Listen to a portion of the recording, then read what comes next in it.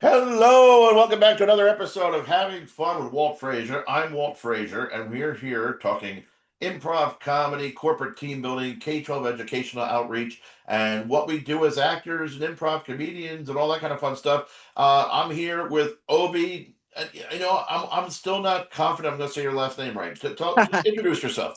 Hi, everyone. My name is Obi Nwako, and I'm very happy to be here on the podcast for this episode. I would have been better off than I thought I was going to be. I would have said Nwako. I Yeah. might Nyako. I might have Nwako. Okay, so I'm the worst with names, and as soon as I think I have it, because I've butchered it in the past, 3 minutes in, I can't remember which was the right way, and No, I I'm have that horrible all at the it. time, honestly. I Yeah, always second doubt second guess myself. So yeah, it's I get horrible. you. Yeah, yeah, yeah. And I feel so bad when I substitute for these classes. These people know me now because I've been Mm. there 5 or 6 times, but I work with like 200 different groups a year.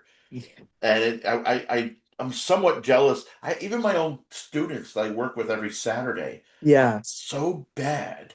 And then there are times when they mess with me and tell me the wrong name to be funny, Yeah. and I'm like, I will never know your name now because of that. So, but it's on you, not me. So I'm okay with it. But Yeah. so yeah, tell me that you've been with us now 2 years, or when did you? Yeah. I started in 2024, about like August, September time. And yeah, so I've been going strong for the past like 2 years then. Awesome. And where'd you go to school? So, high school, I did like Regis High School, born and raised in New York. So yeah, I went to this Regis High School, Upper East Side, and I went to Williams College in Massachusetts, Oh yeah. Williamstown. Yeah, studied theater there. Yeah, so it wasn't like a conservatory or anything like that. Very liberal arts college, can study anything. But I feel like I learned a lot of useful things about theater and life in general there. Very, very cool. And then you've been doing these residencies for us up at Dream in the Bronx, and Yeah, you've been there yeah. pretty much almost every day, Monday through Thursday, the Yeah, past. started Yeah, in the summer right. 2025 and then continued started in the school year the 2025 2026. Yeah. Awesome. And then so let me get out of the way. What's your best memory doing improv comedy with Age is Never Enough? Yeah, I mean, it happened, I think, this past fall. It was you, me, Max. I think Ashley was there too, and there was maybe like Dave also. So it was a good group, and we were having to sing it. And I don't know how we got onto this, but we were in like this pizza shop, and we were all like kind of Italian cooks trying to figure out what we're gonna do. And then I just had this song stuck in my head. It was like Mamma Mia, pizzeria, pizza, pizza, pizza. Very stupid, very silly. But honestly, for the next week, I kept on murmuring to myself, and people were just going like, "Obi, what are you saying? Like, what is that?"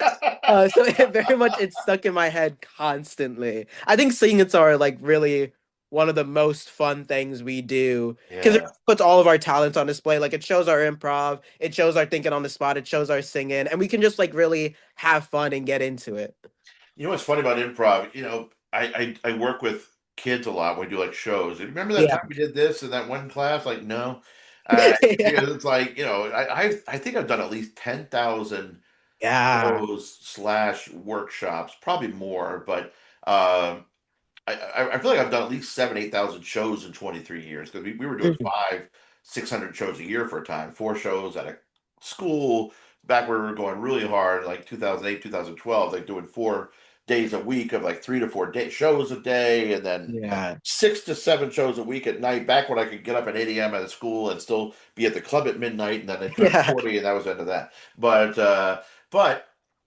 there are those weird songs that do get stuck, Yeah. those earworms from an improv scene that you remember. That's amazing what does stick. And then I always have to remember when everybody asks me, because when I go to them, they don't remember it. It's like we all have our own things that we latch onto from the improv. Yeah. No, I definitely like when I was doing improv in college, post shows, I would like, oh yeah, I don't remember a single thing we Yeah, yeah, talked yeah, about. yeah. It's impossible. Yeah, it's a moment in time, and it's like the upside of improv is that it's a moment in time. That's why it's so good. But then it's Yeah. also it's gone, and a lot of times the videos don't look good online too. We find these little clips from things like World's Worst, and then I'm Yeah. just afraid that people are like that. That's all we do. That's what they think. because but Yeah. that's what easily translates to a reel or a short or a TikTok video. But these 3 minute musicals or 10 minute musicals we come up with, it's like Yeah. watching theater on Bravo. If you don't have 10 cameras, Hamilton was the one show that did it right. You know, Yeah. Yeah. the It was acceptance, right? perfect. If they have the production value, but when you just take a video of a live thing, it doesn't translate well. So, but Yeah. if It's you're doing a more reason theater, to come into person and see these type of things. Yeah. yeah, exactly. So you got to be there, buy some tickets. Yeah. DM me, I'll have free tickets. I just want you to be there because it's so different every single time. But Yeah. but that being said, so and I said I sent out all of these people a questionnaire like what was the worst time you ever did, and I never want to talk about like a particular client. You don't even know the one that is like the official worst that was ever gig we ever did. I would say it's counted 5 or 6 hands, or five fingers on one hand, like the gigs that Yeah. I really regret doing. Uh, Mm. but we were doing a gig out last summer that it was more like, and I feel like I want to do that gig again because I think I knew what I could do now to fix Yeah. it. Yeah. But we're doing a gig at a summer place outside, and but it's like a huge place, and we're in one place, and it was almost like Yeah. up to us to say, we want to do a show now, come see us, as opposed to at 2 o'clock, everybody go see Improv for Kids. Yeah. And honestly, the only reason that I even thought that was the worst, it was just like trying to think on the spot, how are we able to pull people, how to get them in? Like, I think we Yeah. did actually pretty good performances, and we got a Oh crowd yeah. actually by the end of it, which was pretty nice. We It got was some just that, videos online that are great. Like they're really yeah, funny scenes going on. it's just that start of like, oh, we aren't really scheduled, and it's more just like people are coming and going because you're not really used to that when you're like setting up a performance for like improv. Exactly. Yeah, yeah.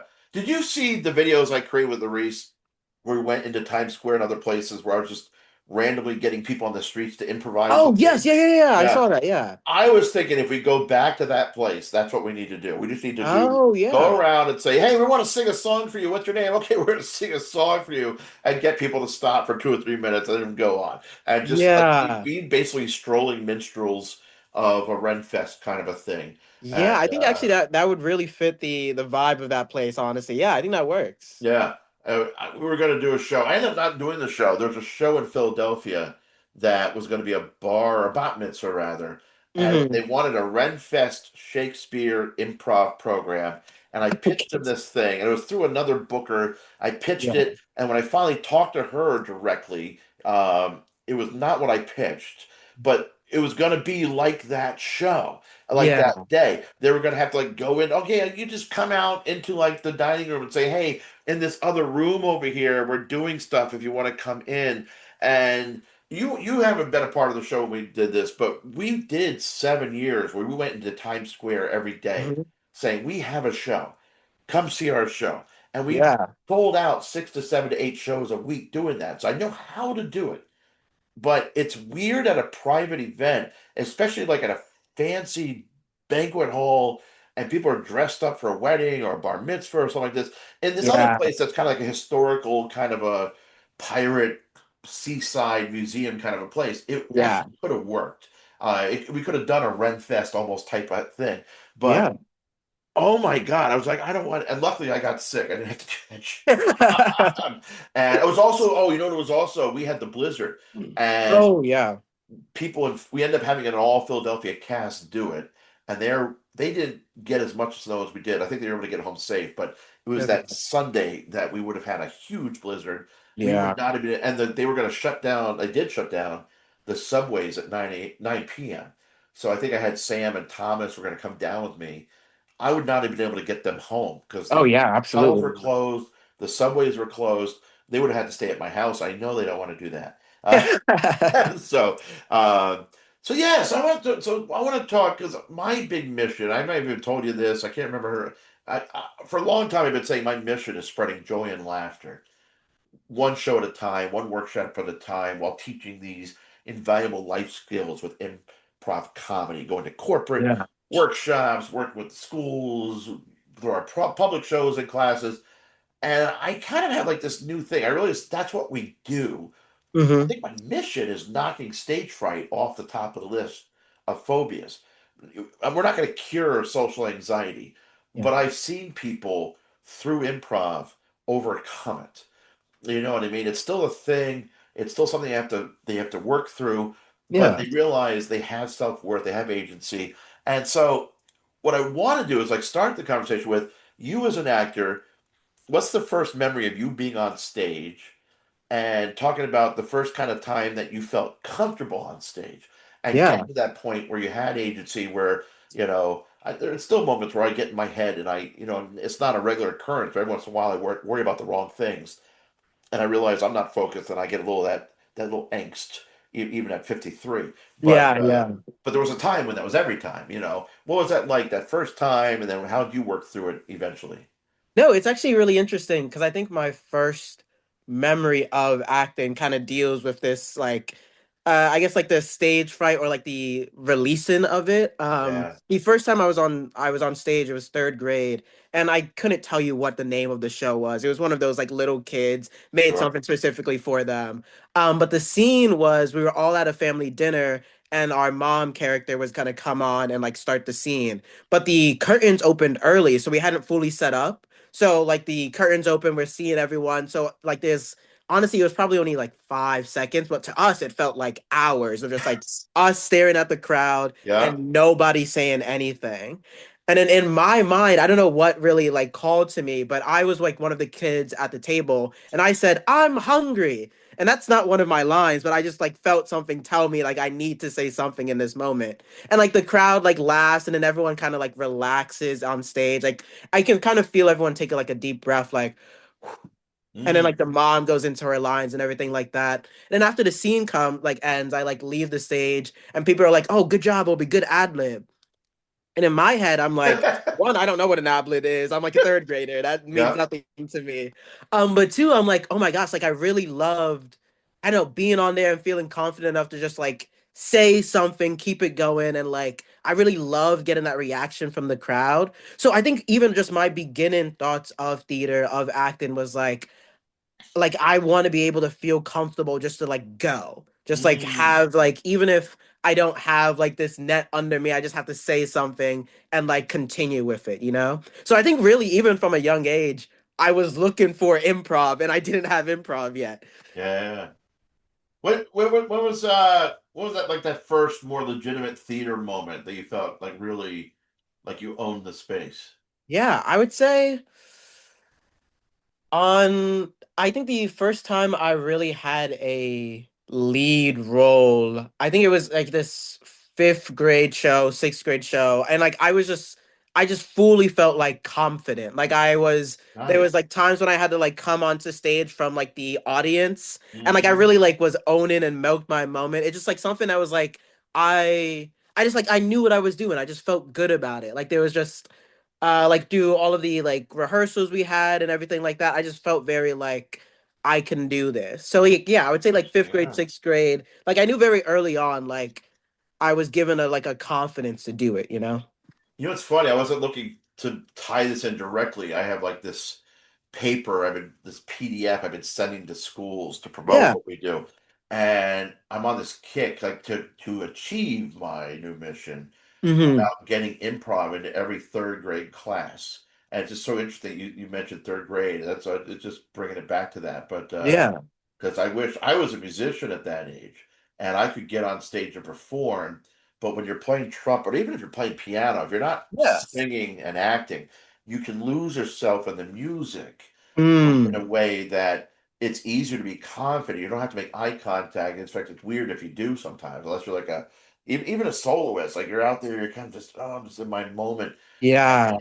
Compared to that first time where I had to like get on there and sing a song or do a monologue or really be an actor as I switched over. But Yeah. It's but interesting you having bring up, yeah, the instrument because I played saxophone when I was younger, oh right, and I yeah, yeah, very yeah. much, yeah, I was hiding and like I felt like okay, I don't like need to stand out in this. I can like focus on like the sound and like the people I'm playing with. So yeah, it's definitely like I was okay with performing, but like yeah, it's interesting with an instrument. I felt very focused on like I can kind of hide away behind the instrument instead of really Yeah. like showing myself off. Yeah, I feel like there's a resurgence where people realize the value of the arts, but I really wonder the rise in social anxiety, if there's anything to do, although plenty of musicians have it, but plenty of artists have it, but Yeah. the play this huge rise in social anxiety, other than politics and other stuff that's going on. Just sometimes, and that wasn't my focus for today, but it's interesting with the last 30, 40 years of slowly bringing arts out of the schools in many places. And Yeah. I feel like I feel like a resurgence. We're doing more residencies than ever because I really feel like there's principals that realize we need something. Yeah. Give, Yeah. give what can you do for my kids? And we're getting in there. And I feel like even though in our biggest struggling moments, the classes we really like, why are we here? Sometimes we have it's chaos in our minds, but then we leave and the principal or the teacher says, oh my God, I've never seen him focus like that before. Like, how Yeah. bad is it when we're not here? Like that scares me that was good, Yeah. but it's like at the same time, I know I've had those conversations enough times that we are doing some good. Like they keep bringing us back, so I guess there's a reason Yeah. for that.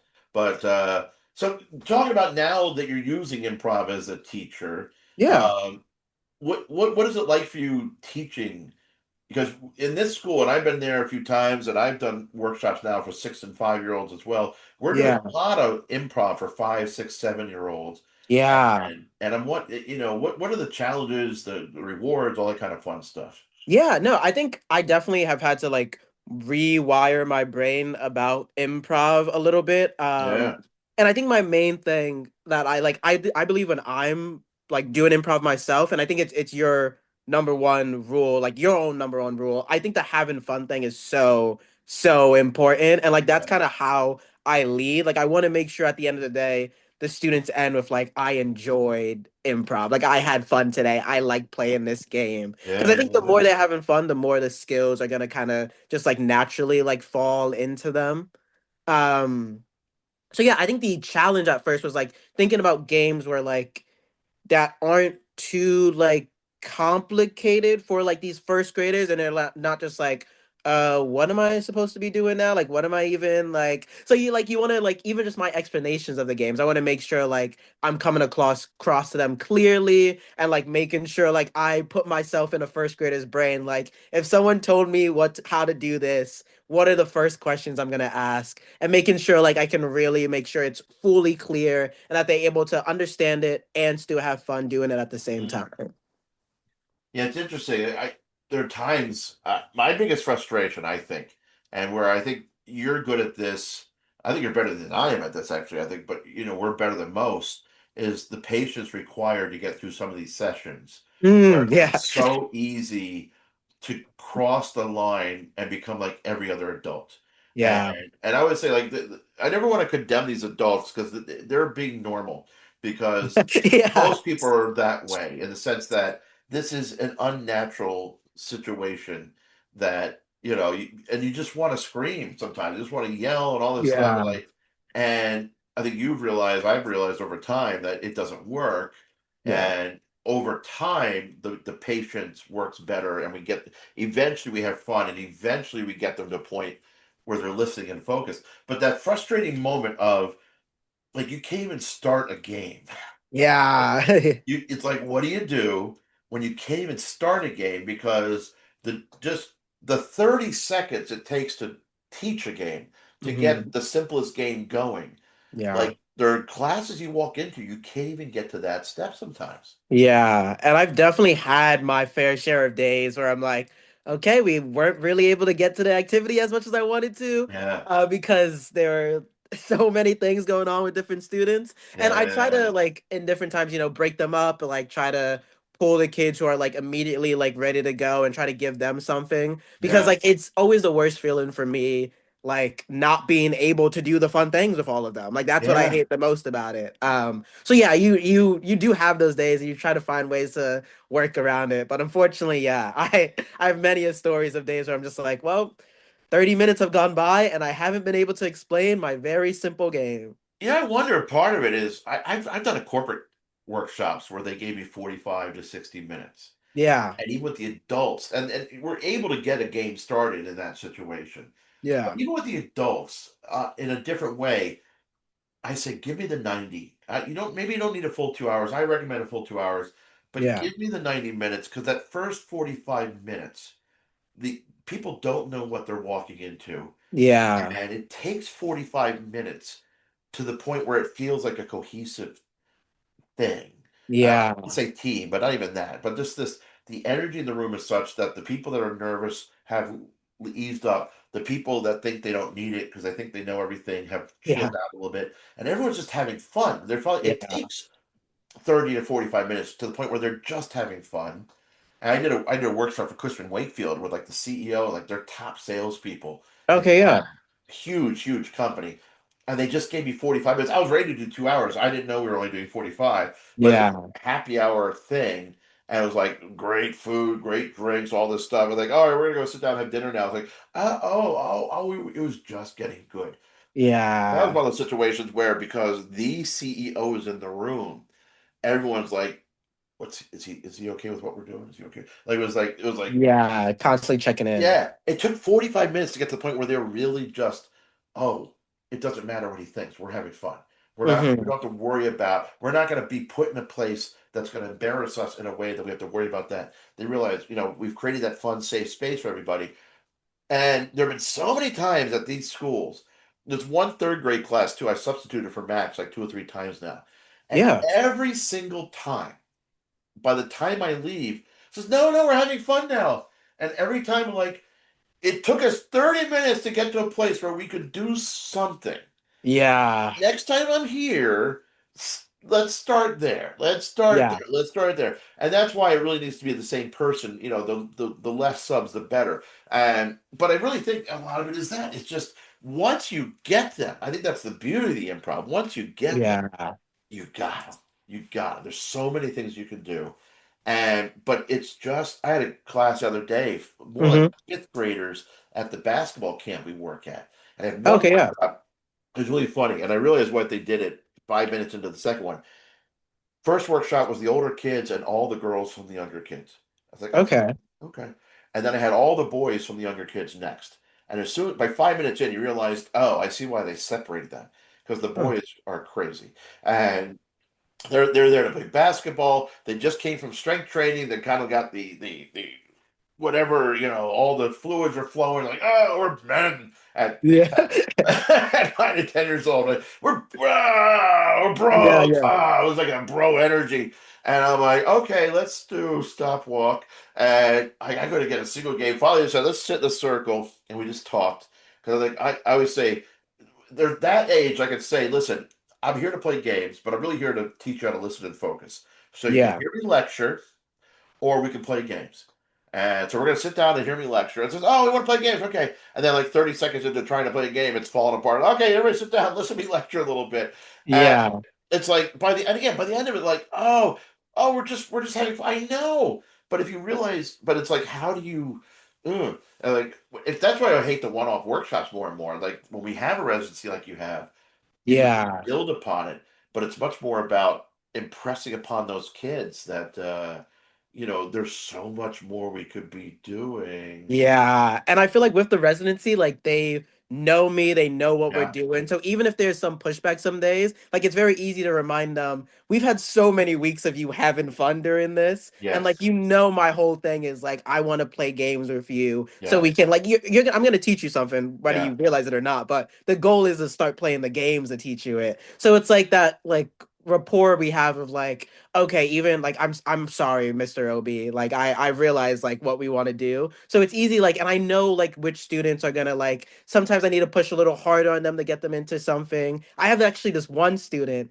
every single time without fail. He's in my third grade class. He's like, I don't want to do improv today. And I'm like, okay, give me 5 minutes. You try for 5 minutes and then we'll talk in 5 minutes about how you're feeling. And Mm. every single time he loves the game. He wants to like keep on going and like do every turn. And then at the end of it, he's like, "Oh, thanks for improv today." It's like it's its whole routine we It's have with amazing. each Yeah, other.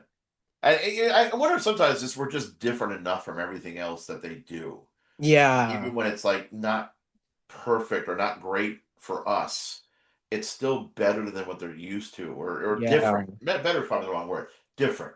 And But there's one class over at the other school where I literally Hmm. just started bringing a ukulele and started singing songs and improvising Yeah. songs. And I go, hey, hey, hey, hey, and then I just had them singing the alphabet blues style. B, Yeah. B, B, B. All right, now let's maybe we can be bees. We like almost to try to create some kind of theatrical thing with them. Yeah, But yeah, yeah, yeah. anything. What's funny? We're doing a school up in Westchester. Were you on Okay, the yeah. gig? You were on the gig? Seventh graders, I think. Seventh I don't grade. think you're on that one. I don't, yeah, it doesn't ring a bell to me, but I think it was Larry Sam Andrea right before she went to Mexico. And but I was talking about like our success is I don't really care what I teach them as hmm long as I reach them. yeah. So whatever it takes to get them, it's just, oh, that's that progressive style of teaching. And I've never heard it labeled that before. And if it is, I always hate labels. I don't care what it's called. Yeah, But yeah. to me, it's like if you don't have the kids' attention, why are you even trying to teach them mathematics? Because if Yeah. they don't care about mathematics, they're not going to learn mathematics.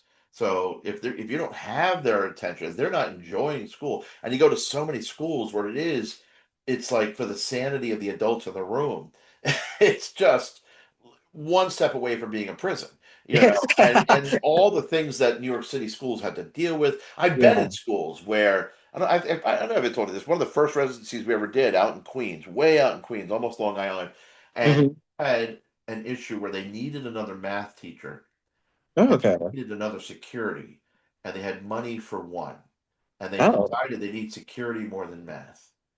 And I felt that was like the saddest thing I'd ever heard.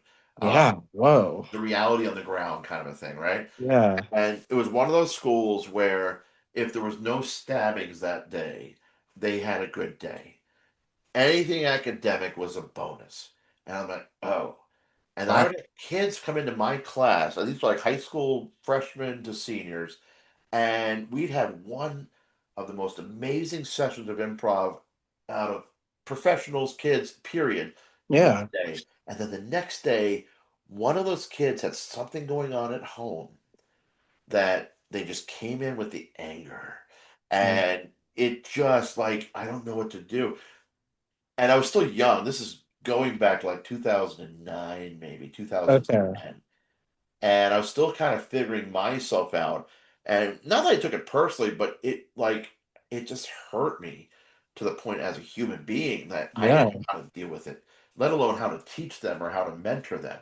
I Yeah. just was like, this is so heartbreaking that I kind of took a step back from the program. And I felt bad because some of the kids loved me and they felt like I abandoned them. But I was like, I couldn't do it. It was Yeah. so heartbreaking. And now I know more about why those things happen, 15, 16, 17 years later, and experiencing that stuff every day. I deal with it 1,000 times better now. In fact, now I look for it because I can be a part of the solution now, not part of the problem. But I Yeah. thought it was part of the problem because I was like, I don't know what to do with this. And any of those movies with Michelle Pfeiffer didn't prepare me for this, if you know what I mean. Yeah. A white savior teacher going into that classroom. Um, it works sometimes, but yada yada yada. It Yeah. was Yeah. those Yeah. kind of a things. But what's the biggest challenge you've had as a teacher in those situations? Yeah, I mean, I think for me it's definitely like I'm still very young, so I'm like a little inexperienced. And I think also having that and like having that moment and also thinking in mind like there are 15 like 20 other students in this classroom who I'm also supposed to be like teaching improv and having a good time for. So it's like how do I manage both at the same time without like I want to show care for this student. I want to figure out a Yeah, way to like help them, but how do I do that at the same time as I'm not making it everyone else's like burden also to carry like in the yeah, class. Like it's a hard balance for me. Yeah. And I've definitely had moments and like maybe not to the same degree, but just like yeah, someone's having a really bad day and yeah, they want to make it everyone else's problem. And yeah. it's like and of course there are like other people in the room with me, they have their coaches and everything like that, but sometimes they don't have their coaches. Like sometimes it's just like me and a And teacher it'll just kind of disappear. yeah disappears, which I also understand. Like it's a busy day for you and like you have to deal with this Yeah. 24/7, but like as someone who doesn't know these kids, like, and I'm just coming in for that day or sometimes for like that 4 week session, it's yeah, it's hard to try to balance both of the like caring for you, but also caring for literally everyone else in the room. Yeah. 100%. So yeah, I could talk about this all day long. I love this stuff because it's just the more we talk about it, the more I go in with my mind focused and fresh and all that stuff. Yeah. And I was thinking, again, you go to these the coaches more than the teachers at that particular place because it's after school programming and they're not the Yeah. normal teachers. The day and I've got two fifth grade classes I sub for Max Four at the other place. Yeah. Every time I'm there, it's like, and it happens with the teachers sometimes too. They're on their phones. They're, Mm. it's like, and everything's going well, but that one thing they could really help me with, they're like, I'm on my own here. Okay. And I would Yeah. call them out in front of the kids. I Yeah. had to say more and more, I've been bolder about doing that. Uh, Mm. and I don't know if it's a good thing because I don't know about selling them short helps anything. But Mm. I've really been on this kick the last couple years. It started right after pandemic, and we're Mm. doing our first live show at Mamaroneck Village at their summer camps. We had 5 shows in a row. It was the first day that that town said you don't have to wear masks, Mm. and it Okay. was a little too soon.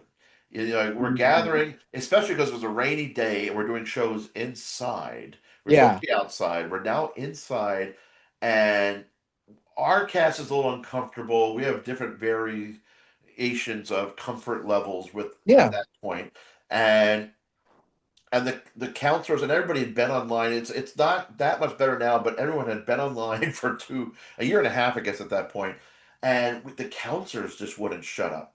And it was the first time I ever caught out counselors in front of the campers. Hey, Yeah. counselors, maybe you should lead by example. You know, but I've done professional development since then, where I work with teachers, and there's Yeah. always like two or three in the back talking, like it's a class of kids. I said, you know Yeah. that thing when the kids are talking in the back and you hate it and you're like, yeah, lead by example. Come on, and they're like, oh yeah. And the principal looks at me, oh, I love that you did that. you know. And I don't always like to do it in front of the kids, but at the same time, I was doing a group of 6-year-olds at a Brooklyn school, Yeah. and I did 4 classes a day for 4 weeks maybe. And Mhm. the whatever it was, the wisdom of the school was to put all the special needs classes in one room at the same time, to get them out of the way, I guess. Where Oh, the people that okay. probably need what we do the most, they gave them the least consideration, which is part of the Mm. problem in a lot of these schools. Yeah. A lot of the schools you go in and they have people on the spectrum, ADHD, dyslexia, this, that, and then this other school has a bunch of behavioral problems because they don't have the Mm. resources. Same kids. Same kids. It's just that neighborhood had money, that neighborhood didn't, or resource Yeah. grants, whatever. So I'm in a room with like 25 or 26 kids that are on the spectrum, ADHD, special needs, all this stuff. And there's 7 adults because they have all these paras because they're the special needs Oh, class. yeah. But I've got them on my own in a circle, focused. It was really beautiful. 6-year-olds focused, working amazing. And then Yeah. 6 of them were in the corner talking. And then one by one, the students started noticing what's going on over there. And I'm like, Yeah. I have their attention. Please, please, Yeah. go outside. And I more and more I'm just like, if you're gonna talk, go outside. And then one of the teachers told me I was at another school. They're like, "Oh, you don't like it when we talk." I says, "No, you like it when the students talk when you're talking. It's distracting. I'm Yeah. on the spectrum. I have ADHD. It's distracting to me. I've got the kids. I've got 25 kids Yeah. focused, doing something you usually can't get them. But this is why you can't get them because you don't lead by example. I go on the get Yeah. off my soapbox, But but no, it's really interesting because on the opposite, when they buy in, the kids buy in so much more. 100%, Like yeah, I've had so many times where like when the like adults in the room are actively in our like activity, it lets the yeah, kids know like, oh, I can be silly with it too. I can have yeah, fun with this. Like this is a like I can do this because the person who I'm constantly seeing and honestly they look up to like in a real way, like yes, is doing the same thing. So like yeah. they yeah, it's their presence of like the a teacher, the coach, the adult in the room that they're with is so powerful for both a negative and positive way. Have you done a school show yet where? you ask adults to come up for like a freeze frame, a human slideshow game, and no adults want to come up. Oh yeah, yeah, yeah. I've had You know what yeah, I mean? And yeah, that to me is a sign of if the adults are afraid to come up and they're expecting kids to participate. yeah, Again, if you're not willing to lead by example, that moment, I was just like, I looking around, all the kids are looking at you saying, they see the hypocrisy. Kids yeah. are smarter than you think they are. Oh Not you, yes, but you, the people that we're talking about, and it is truly, it doesn't matter what you say, it's all about what you do. If yeah, you're not leading by example, I think that's 90% of what we do. If you're leading by example, as soon as you lose your focus, they lose their focus. yeah. And and the adults are worse, I think. I tell the kids when we're doing our shows at the club, say, listen, we're doing a show. If you stop to think, if you focus, or you start to fidget, you do anything, start playing with the curtain and do these things that you do, your parents will be on your phone. Because we've been on phones for 20 years. Our focus is worse than the kids. And then Yeah, listen, focus, respect. We're yelling at the kids constantly. The adults I work with are worse. And yeah. post pandemic, post everything, and they're always. And I'll leave with this conversation with this part of it. The people my age, I dyed my hair, so I don't look as old, hopefully, as I am. I dyed my hair. It's darker. You can't tell with this lighting. It's darker than I expected it to be. It actually looks on the camera the way I wanted it to be. It's like 3 or 4 shades darker without the lighting, and Oh, because I okay. left the light brown in for too long. Gotcha. Sidetrack, but the you know the adults my age are worried about the next generation, worried about the future, and I'm Mm, like, just give it to Gen Z now. I feel like mm. their sense of logic is less ruined by 20 years of internet, 20 years of whatever crap politically, or and again, no, not even commenting on which side of the spectrum you are politically, right? But just the discourse, the kids, I feel like are more ready. Just give it to them. Let's skip the millennials. You're Gen Z or Alpha. You're Gen Z, I guess, right? Gen Z, yeah, yeah, yeah. Yeah, Gen yeah. Z. Just give it to Gen Z. You guys, I have nieces and nephews that don't drink because they saw their parents abusing it, and they're Mm, just smarter. Where like our generation, my generation, saw their parents drink and said, "Oh, they're telling us not to drink, but look at them, they're drinking, so we can drink. We're yeah. going to do as they do, not as they say." And I feel like Gen Z, even Gen Alpha, a little bit, are like, oh, they're wiser. They see, like they're learning from our mistakes more than we did. We picked up all the bad habits and said, oh, whatever parenting was going on in the 80s, we learned the wrong lessons, Mm. kind of thing. And blah, blah, blah, blah. So, anyway, wrapping it up a little bit, what else are you working on when you're not doing improv with us? Yeah, no. So I am an actor in the city. I like doing like plays and theater and stuff like that. I my next show that I have just based off the date it is in April 27th, 28th, and May 2nd of 2026. I'm gonna be in this play called Late Bloomin'. It's a really fun project, honestly. But yeah, I think my big focus is I want to be being able to like be an actor and provide for myself in that way. So theater is what I'm on to right now, and I'm also gonna try to tap into like the on-screen commercial Hmm. like world, but that's very much like still in the works and everything. Do you have a manager? No, not yet, not yet. I've been wanting to get into one, but I like haven't developed like I want to develop a reel for them to like actually send in. So I have Yeah. to like look into. I don't have like too many like good recordings of the plays I've been in, so I think Hmm. I might just like do a like kind of write something and record myself in like a studio. That's not a bad idea. Yeah. I feel like what I was talking before, the way the algorithms go, I'm kind of off my high horse of quit your day job. Yeah. Uh, for those who don't know, I have books called Quit Your Day Job, all about using the internet and entrepreneurial side of being an actor. And but I do believe there's still a very big truth into creating your own work to get work and Yeah. create a short film, do sketch comedy online. And if nothing else, the only thing that's working is video content online now to Yeah. get attention. I mean, the old school of like getting attention from managers and agents, that hasn't changed that much. But the ability to skip the line by creating something and either putting it online, putting it on a festival, if it's really good artistic stuff, put it in the festival. If it's entertaining, put it online.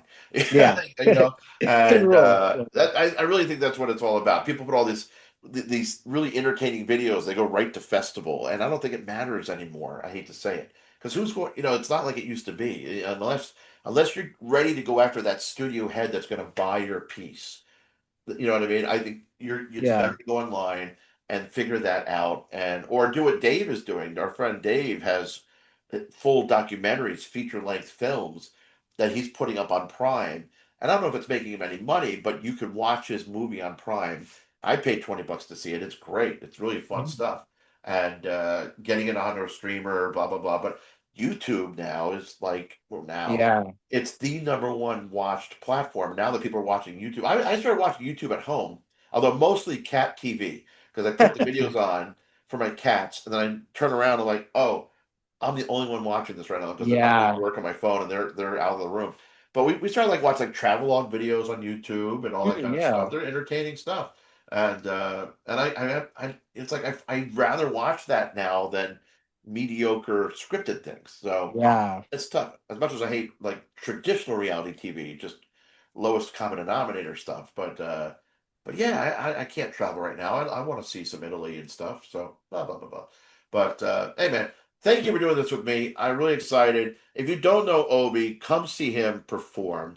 And if you are a manager and agent, give him a shot. He's a phenomenal talent, right? In fact, you send me your stuff. I'm gonna send you my manager because I can't believe we haven't had this conversation yet. Because you should be working. Obi is just a solid human being, and if nothing else, I think what everybody needs to learn from Obi, all actors, um, what goes on off stage might be more important than what goes on stage, because there's a lot of talent on stage, but you bring it off stage. You know, lead with a smile. You do everything I teach before I met you.